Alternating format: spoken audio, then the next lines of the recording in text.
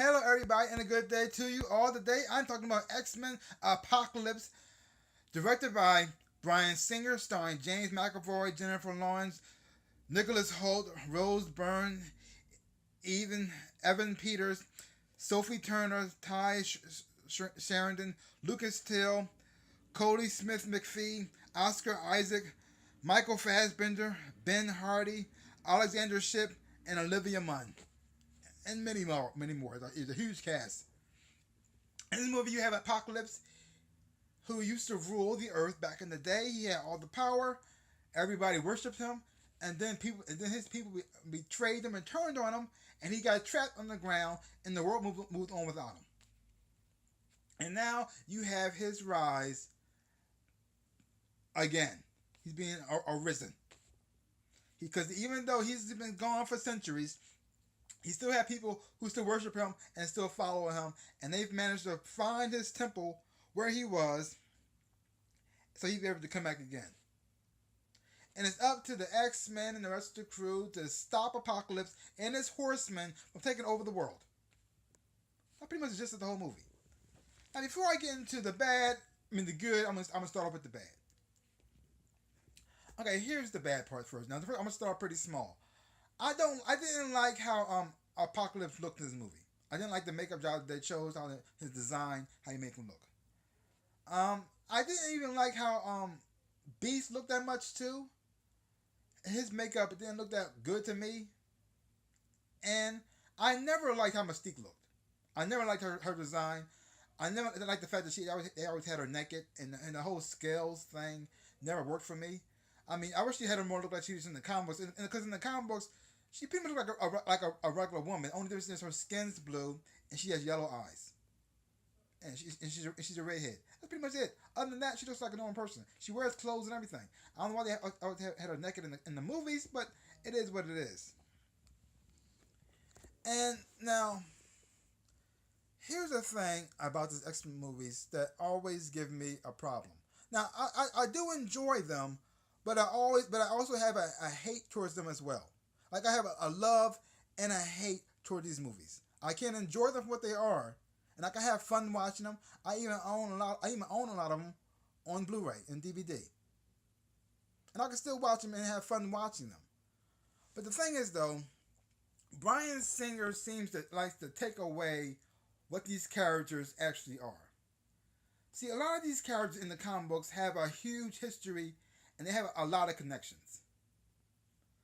Like for example, Angel and Cyclops. In the comic books, they were a couple, and Angel was one of the members of the first class of X-Men. He was one of the first X-Men. Cyclops came later on, and they became a couple, and they had a loving relationship. They had a falling out, but when they were together, they were together. But in this movie right here, they didn't know each other, which took away the history and what made them who they are. So when you had them connect on the screen together, it would have had a bigger connection if they actually had some history together. And they also didn't betray Angel right in this movie here. In this movie right, which was the problem. See, in the comic books, Angel comes from money. He's rich, and he's a pretty boy. He actually looks like he could be an angel.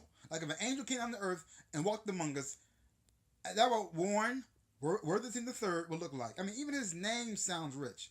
So in this movie right here, they have him fighting in this underground mutant thing, and I'm thinking to myself, why would he be there? How did they get him from America to this foreign country? And I didn't like how his wings look either, because they made his wings look like they were made for battle. They had these claws at the top of them that they used the scratch thing. I said, that's not how Angel looks. That's not how his wings work, and that's not what he. But I said, fine, yeah. Now Nightcrawler didn't look bad. Only thing about Nightcrawler I don't like is I never liked that whole angelic script he always had all over his face. They kept that from the previous movie, but they just kept that. I never liked that look in design. I mean, I know Angel's supposed to be religious because he is in the comic books. It's a huge part of his life, but he doesn't mark himself. I don't why they added that to it, but whatever. I mean, I never liked that, but it is what it is. See, because a huge part of it is they take away or make these characters, like I said before, who they are. I already mentioned Angel and Cyclops, and they took away the history between Mystique and Nightcrawler because in the comic books, Mystique is Nightcrawler's mom, and she also raised Rogue as her foster daughter. So that makes Nightcrawler and Rogue kind of brother and sister. But that's gone. That's gone in this movie here. So all the connections that makes these characters who they are gone, and so when certain things happen in the movie, it takes away the impact and the weight that it carried from the comic books onto the screen. So it doesn't carry the same weight when you see them interact with one another because all that history and everything about them is gone, and that sucks. They also don't betray certain he didn't betray certain characters as well as this movie either. Like Alex Summers, I don't think he got a good break in this movie. Angel didn't get a good break in this movie. And even though Cyclops scenes were pretty cool visually, they didn't really demonstrate her powers fully well. Because I'm not sure Bryan Singer probably didn't know what her powers are. Because in the comic books, Miss Cyclops is the telepath. She's just like Professor Xavier. And she uses her sonic energy to create these daggers for fighting. And she stabs you with it, and it hits you like mentally, and it gives you, and hurts you like that. But in here, it seemed like all her powers were those sonic swords and daggers. And that was it. Which took away from who she actually is and what her powers is too. I just she can do more than just that. She can actually get into your mind too. And it seemed like the only person who's the telepathic was like Professor Xavier and Jean Grey. And they forgot all about how Cyclops' powers work, or he didn't know how her powers work. Yeah. So yeah, that's the huge problem with this movie for me. I can't enjoy them and I can't have fun watching them, but since all the history and everything that makes these characters who they are has been taken away, it kind of diminishes the movie for me because the movies are based off of the comic book characters. And if you're not going to demonstrate the comic book characters well on screen, it kind of hurts the movie for me. Now let's get into the good parts. The acting performances were pretty good. I mean, James McAvoy, he does an amazing job as Professor Xavier. Michael Fassbender always does an amazing job as Eric Lancer, Magneto. And I like Oscar Isaac. Great job as Apocalypse. Amazing performances from a lot of good actors in this picture right here. Jennifer Lawrence was alright, but it was kind of distracting because you saw her more as Jennifer Lawrence than you did as Mystique, so it kind of took you out of the film every time she was on screen. So I couldn't take that character too seriously like I wanted to, and the fact that they chose Mystique to pretty much lead the team of the X-Men was weird for me because knowing how Mystique is in the comic books, so that was a little hurdle I had to try to get over. Yeah, but the action scenes were great. I did enjoy that a whole lot. The special effects looked pretty cool,